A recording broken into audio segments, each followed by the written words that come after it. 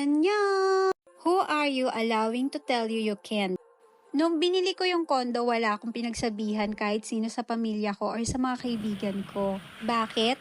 Kasi ayokong may makikialam or makakarinig ng discouragement or opinions na baka magpahina ng loob ko. Research lang ako on my own kung anong dapat kong paghandaan, anong dapat kong i-expect at anong dapat kong gawin para sa staycation business na to. Kaya nalaman na lang ni Mudra Bells nung turnover na. Breaking the mold means trusting yourself enough to move quietly and proving yourself na kaya mo kahit walang validation. I designed my first unit myself, poured all my effort into setting it up, and launched my staycation business quietly. After a year of successfully managing my first unit, alam ko sa sarili kong kaya ko na mag-expand. So kahit nasa Dubai ako at minamanage lahat remotely, I rented the second unit.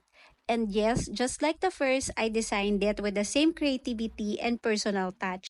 Then in the same year, 2024, an even bigger opportunity came. Someone asked me to manage their staycation properties. I was thrilled and excited that time kasi hindi ko kailanman inisip na hindi ko kaya. Ang mindset ko kasi, if I can do it for myself, why not for others? So today, I'm managing both my own units and my clients' properties, and even the designing of the spaces so that it will feel like home for every guest are done remotely. What have I learned?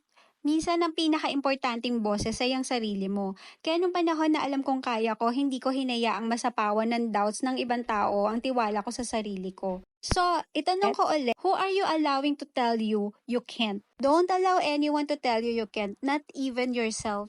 Trust yourself and set your own rules. Let's dream big, break the mold, and create something extraordinary. Kung kaya ko, for sure, kayang-kaya mo rin. O siya, ayun lang muna for today. Thank you for watching. Bye!